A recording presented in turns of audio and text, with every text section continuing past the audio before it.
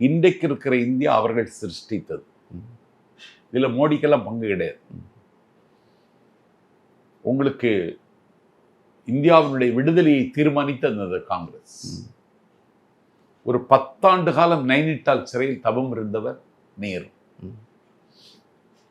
ஒரு பிரபலமான செல்வ செழிப்புள்ள ஒரு வசந்தமான வாழ்க்கை வாழ்ந்த அந்த குடும்பம் இந்தியாவின் விடுதலைக்கு பாடுபட்ட காங்கிரஸ் கட்சிக்கு ஆனந்த பவனத்தை அள்ளி கொடுத்தது.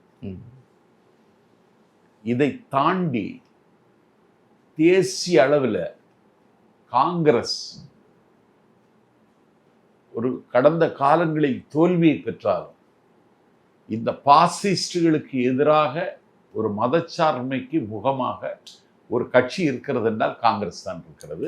அதை சரியான வகையில் பிரச்சாரம் செய்ததில் தமிழ்நாடு காங்கிரஸ் தோற்றுவிட்டது.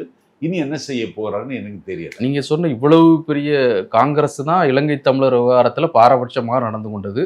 அதை எதிர்த்து திரு நாஞ்சில் சம்பத்தும் நிறைய பேசியிருக்கிறாங்க. கடுமையா பேசினேன், சாதாரண பேச்சு இல்லை. அதான் நான் சொல்றேன். ஆமா, கடுமையாக பேசினேன். இலங்கை தமிழர் பிரச்சனையில காங்கிரசினுடைய வெளியுறவு கொள்கை மறுபரிசீலனை செய்ய வேண்டிய நிலைமைக்கு இன்றைக்கு அவர்கள் வந்து விட்டார்கள்.